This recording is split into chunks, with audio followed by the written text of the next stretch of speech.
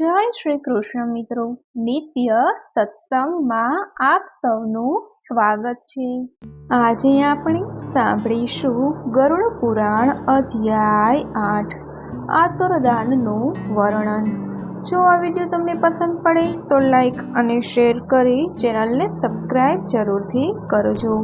ગરુડજી બોલ્યા, હે દયાનિધિ, પુણ્યવાન પુરુષની શકલ ઉત્તર ક્રિયા તેના પુત્રોએ કેવી રીતે કરવી તે મને યથા વિધિપૂર્વક જણાવવાની કૃપા કરો। શ્રી હરિએ કહ્યું કે હે ગરુડ, મનુષ્યોના હિતાર્થે તમે અતિ ઉત્તમ સવાલ કર્યો છે। પુણ્યશાળીએ જે કંઈ કરવાનું છે તે હું તમને યથાર્થ રીતે અને સંપૂર્ણ વિધિ વિધાન સાથે કહું છું। પુણ્યશાળીએ વૃદ્ધાવસ્થામાં પોતાનું શરીર વ્યાધિગ્રસ્ત જાણીને તથા ગ્રહ દશા પ્રતિકૂળ થઈ છે એવું જણાય ત્યારે કાનમાં છિદ્રોમાં આંગળી નાખવી, કાન બંધ થાય ત્યારે સતત ધમકાર દેનારી પ્રાણ સ્તુતિ ન સંભળાય તો તેને જાણવું કે હવે મહાકાળ આવી પહોંચ્યો છે।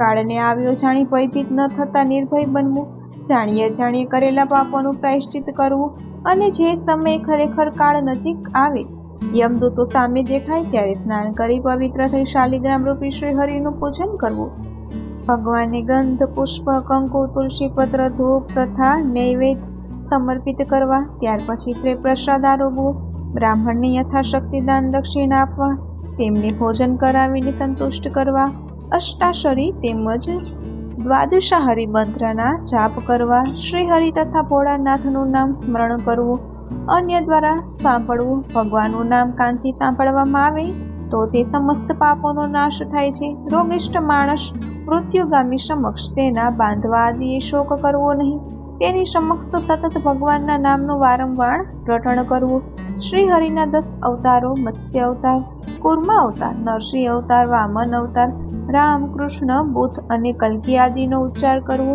રોગી સમક્ષ આ નામોને ઉચ્ચારણ કરનારનો જ એનો ખરો બાંધવ છે। અંતકાળે જેના મુખમાંથી મંગળકારી શ્રી કૃષ્ણનું નામ નીકળે છે તેના કોટી કાળના મહાપાપ તરત જ ભસ્મીભૂત થઈ જાય છે। મરણ પામનાર અજામિલે પુત્રને બોલાવવાના હેતુથી ભગવાનનું નામ લીધું હતું તો તે મહાપાપી હોવા છતાં વૈકુંઠ પામ્યું। શ્રદ્ધાપૂર્વક હૃદયના ઊંડાણથી ભગવાનનું નામ પોકારનારને તો ભગવાન અવશ્ય પ્રાપ્ત થાય જ છે, એમાં કોઈ શંકાને સ્થાન નથી। કોઈ દુષ્ટ અંતઃકરણ પૂર્વક હૃદયના ઊંડાણથી ભગવાનનું નામ ભજે તો તે પણ જેમ સદબુદ્ધિથી અગ્નિનો સ્પર્શ કરવાથી ભસ્મ થાય તેમ પાપનો ક્ષય થાય છે। યમ ધર્મ પોતાના દૂતોને કહે છે, હે દૂતો, જે નાસ્તિક છે તેમને મારી પાસે લાવો અને જે ભગવાનનું પૂજન કરે છે તેને ક્યારેય પણ લાવશો નહીં। અચ્યુત, કેશવ, રામ, નારાયણ, કૃષ્ણ, દામોદર, વાસુદેવ, શ્રી હરિ, શ્રીધર, માધવ, ગોપી વલ્લભ, સીતાપતિ વગેરે જે ભગવાનનું નામ લેવાનો ઉચ્ચાર છે તે પ્રમાણે જે કોઈ સ્મરણ કરતો હોય તથા હે કમળનયન, વાસુદેવ, વિષ્ણુ, ધરણીધર, અચ્યુત આદિ કોઈ ઉચ્ચારણ કરે તે નિષ્પાપ હોવાથી તેમનો દૂરથી જ ત્યાગ કરવો અને તેમની પાસે જશો પણ નહીં, નહીંતર તમોને જ હાનિ થશે। હે દૂતો, તેઓ ભગવાન ચરણરૂપ કમળના મકરંદથી નિરંતર વિરુદ્ધ થયેલા અને દુષ્ટ છે, તેને જ મારી પાસે લાવવા જે રસ નિષ્કિંચન તથા રસ જાણનારા પરમહંસો વડે સેવિત છે તથા નરકના દ્વારભૂત ઘરને વિશે જે આસક્ત થનારા છે તેમને મારી પાસે લાવવા। હે દૂતો, જેમની જીભે ભગવત ગુણાનુવાદ થતા ન હોય, જેમનું મસ્તક એકવાર પણ ઈશ્વર આગળ નમતું ન હોય એવા દુષ્ટોને પકડીને લાવો।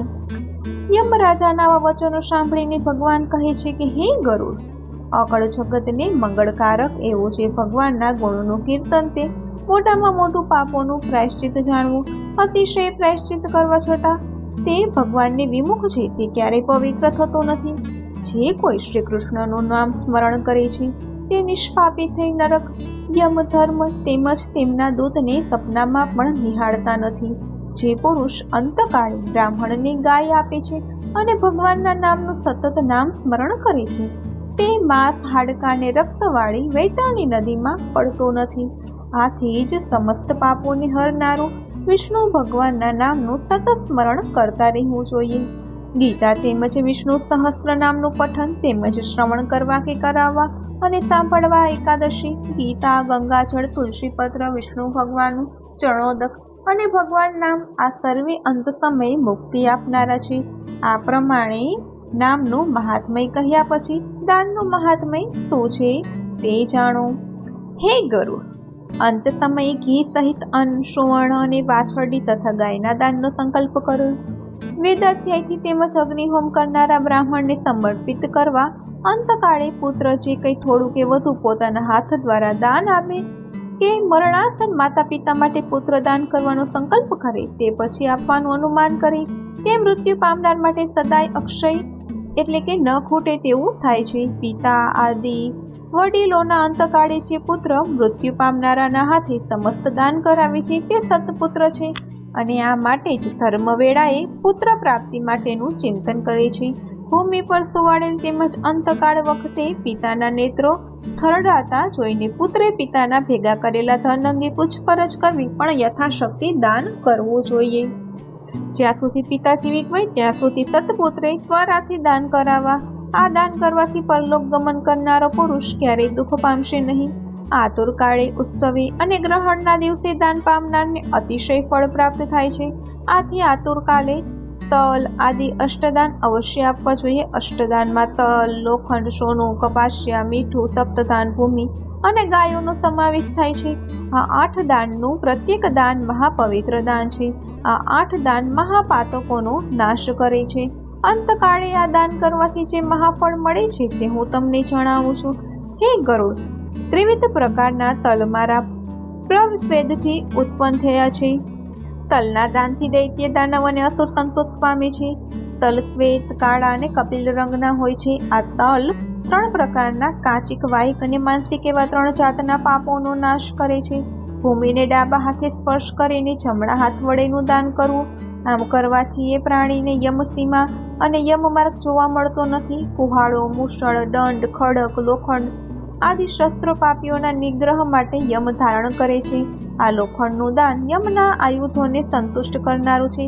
આથી આવું દાન અવશ્ય કરવું જ જોઈએ. આ દાન યમલોકમાં અત્યંત સુખદાન બને છે.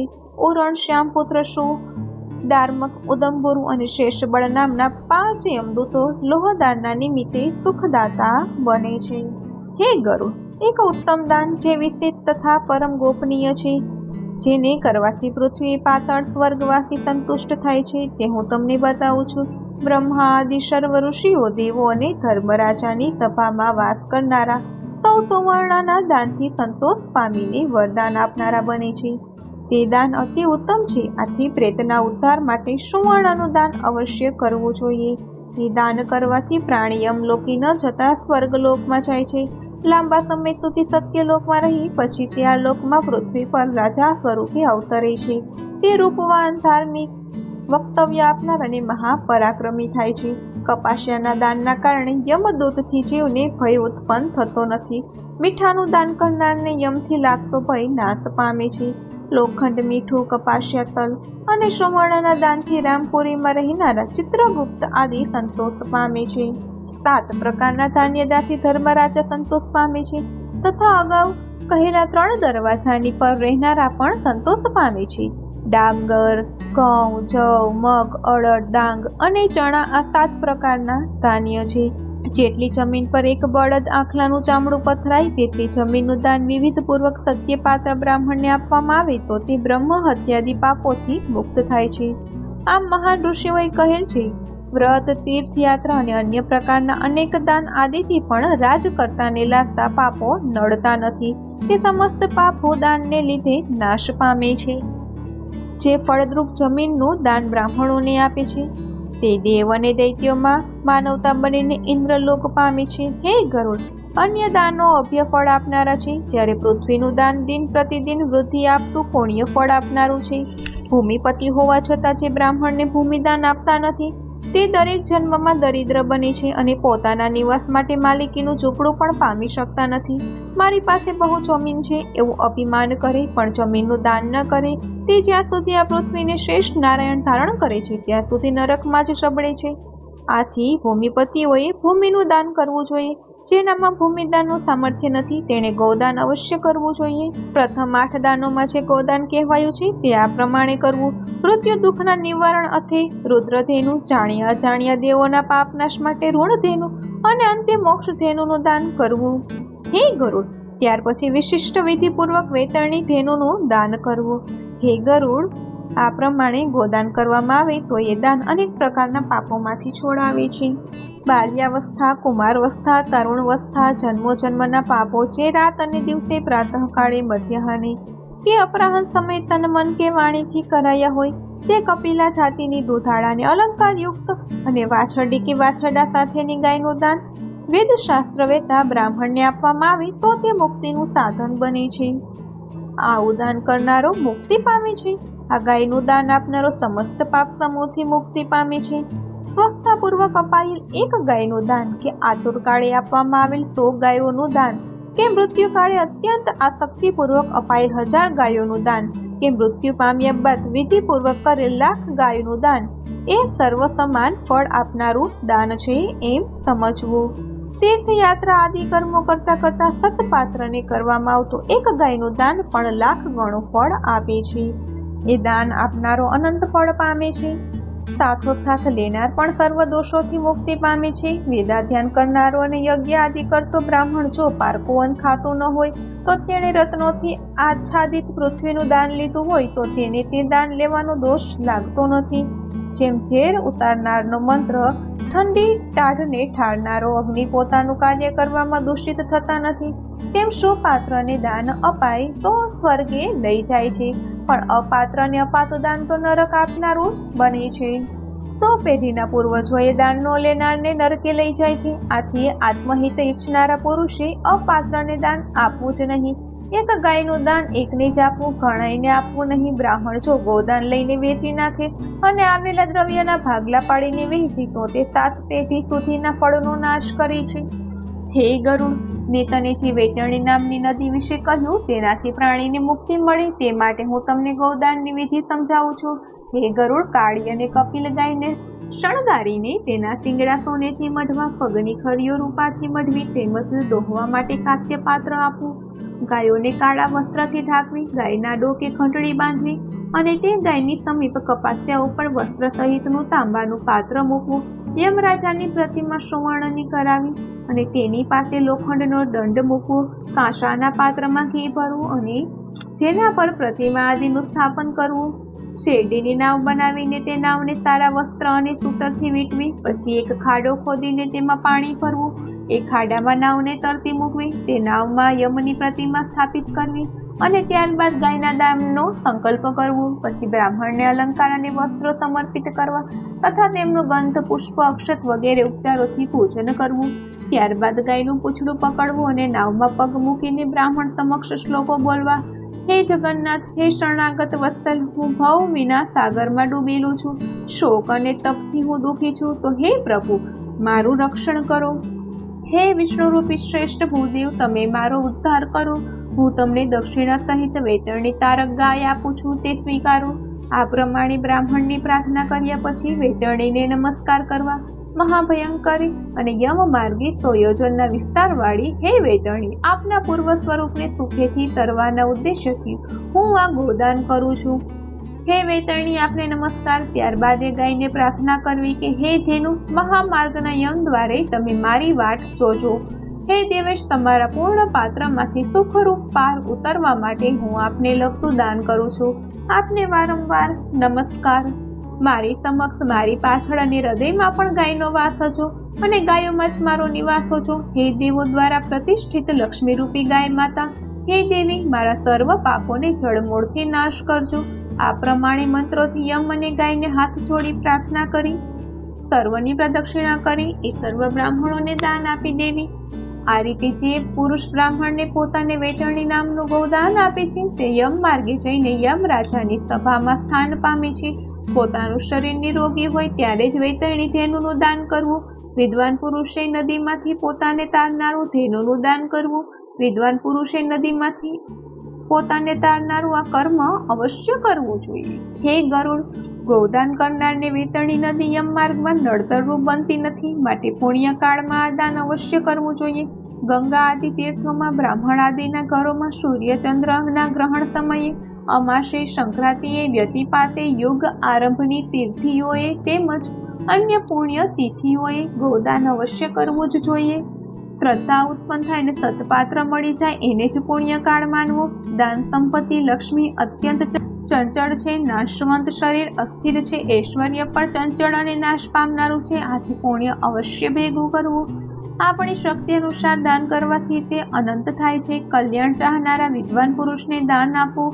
ઓછા ખર્ચાવાળું પણ સ્વહસ્તે દાન કર્યું હોય તો તે અક્ષય પાત્ર બને છે, તત્કાળ ફળ આપનારું બને છે. જે પુરુષે દાનરૂપી વડાવ્યો લીધો હોય તે સુખ રૂપે યમલોક પહોંચાડે છે. જો ભૌમ્ય ન હોય તો ભૌમ્યાવીના માર્ગમાં કલેશ ઉત્પન્ન થાય છે. માણસે આ પૃથ્વી પર જન્મ લઈને જે દાન સમર્પિત કર્યા હોય તે યમલોકમાં મળે છે. હે ગરુડ, મહાપુણ્યના પ્રભાવે જ મનુષ્ય તત્વ મળે છે. જે પુરુષ ધર્મ સંપાદિત કરે છે તે જ ઉત્તમ ગતિ મેળવે છે. ધર્મનો ન જાણનાર વિધિ કરે તો તે દુઃખ પામે છે. મનુષ્ય જન્મનું મુખ્ય સાર્થકપણો ધર્મનું સેવન કરનારો છે. ધન, પુત્ર, સ્ત્રી, શરીર તથા ભાઈ ભાંડુ એ સર્વ અનિત્ય રહેનારા છે. એમ જાણીને જ ધર્મનું આચરણ અવશ્ય કરવું જ જોઈએ. જ્યાં સુધી જીવ છે ત્યાં સુધી પિતા અને બંધુ આદિનો સ્નેહ છે, પણ મોવા પછી સઘળો સ્નેહ નાશ પામે છે. હયાતી સમયે જ હું પોતે પોતાનો હિત ઈચ્છું છું તેમ વારંવાર સમજ કેળવવી જોઈએ. હયાતીમાં જ પોતાના હિતાર્થે દાન ન કર્યું હોય તો મૃત્યુ પછી કોણ કોના માટે કરવાનું છે તે અવશ્ય સમજી લેવું. જે કંઈ દાન કરવું હોય તે પોતે સ્વહસ્તે જ કરવું. જીવન અનિત્ય છે, પોતાના ગયા બાદ તે થઈ ચૂક્યું, પાછળથી દાન કરનાર કોઈ જ નથી. શરીર મરણ પામે એટલે માટી અને લાકડા જેવું જડ જાણીને બાંધવો તેનો ત્યાગ કરે છે. મૃતકથી વિમુખ થાય છે, માત્ર સ્મશાનમાં બાળવા પૂરતા જ તેઓ જાય છે. ધન સંપત્તિ સર્વે ઘરમાં છોડીને મળદુ સ્મશાને પહોંચે છે. બાંધવાદી સ્મશાનેથી પાછા ફરે છે. માત્ર શુભ અને અશુભ કર્મો જ યમ માર્ગે જતા મૃતકના પક્ષે કે અપક્ષે રહેવા સાથે જાય છે. દેહ અગ્નિમાં બળે છે, કાર્ય સાથે આવે છે, પુણ્ય આદિ જીવ ભોગવે છે. આ દુઃખદાયી સંસારમાં કોઈ બંધુ નથી. કર્મ સંબંધીઓ સ્વર્ગ દીક્ષામાં મળે છે અને કર્મોનો ક્ષય થયા બાદના નવા જીવતરમાં મળે છે. માતા, પિતા, પુત્ર, ભાઈ, ભાંડુ, સ્ત્રી આદિ સર્વ પ્રાણીઓનો સંગમ પરમમાં પાણી પીનારા માનવો અને નદીના મહાપુરમાં તણાતા લાકડા જેવો જ છે. પુત્ર, પૌત્ર, સ્ત્રી આદિ કોના એવો પ્રશ્ન મનને પૂછો તો એ નક્કી થશે કે કોઈ કોઈનું નથી. તેથી જ પોતાના હાથે જ દાન કરવું જોઈએ. મનુષ્ય સ્વાધીન હોય અને તેની પાસે ધન હોય ત્યાં સુધી દાન કરવું. પરાધીન થયા બાદ તેનાથી બોલી શકાતું નથી. પૂર્વ જન્મમાં દાનથી નવા જન્મમાં દાન આપનારને ધનની પ્રાપ્તિ થાય છે. આમ જાણી ધર્માર્થે દાનાર્થે ધન વાપરવું જોઈએ. ધર્મથી જ અર્થ, મોક્ષ અને સફળ મનોરથો સિદ્ધ થાય છે. આથી જીવ માત્રે પોતપોતાનો ધર્મ સંપાદિત કરી લેવો જોઈએ. અપાર સંપત્તિનો ઢગલો ભંડાર દાનમાં આપવાથી પુણ્ય મળતું નથી. દાન આપતી વખતે શ્રદ્ધા હોય તો જ સફળ થયું ગણાય. પહેલાના ઋષિઓ દાન વિના ન હોવા છતાં માત્ર શ્રદ્ધાના બળથી જ સ્વર્ગે ગયા છે. ભગવાન શ્રી કૃષ્ણએ ગીતામાં કહ્યું છે કે પાત્ર, પુષ્પ, ફળ અને જળ આદિ મને ભક્તિ ભાવથી સમર્પિત કરે તે જ હું સ્વીકાર કરું છું. આથી વિધિપૂર્વક દાન અવશ્ય કરવું જ જોઈએ. ઓછું કે વધારે દાન આપ્યું હોય તેની કોઈ ગણતરી કરવી નહીં. પિતાના મૃત્યુકાળે જે પુત્ર પિતાના હસ્તે દાન કરાવે તે પુત્ર ધર્માત્મા છે. દેવો પણ આવા માણસની પૂજા કરે છે. પોતાના માતા પિતા માટે નાણાં ખર્ચનાર પુત્રે પોતાના પુત્ર પૌત્રો સહિત પોતાનો દેહ પવિત્ર કર્યો છે તેમ જાણવું. પિતાની પાછળ ધન ખર્ચે તો 100 ગણું, માતાને અર્થે તો 1000 ગણું, બહેનના અર્થે ખર્ચે તો 10,000 ગણું અને બાંધવના અર્થે ખર્ચે તો અક્ષય અને પુણ્ય પ્રાપ્તિ થાય છે. દાન કરનારને માયા આદિ ઉપદ્રવો નડતા નથી, નરક યાત્રા ભોગવવી પડતી નથી કે યાતના ભર્યો યમ માર્ગ ચાલવો પડતો નથી.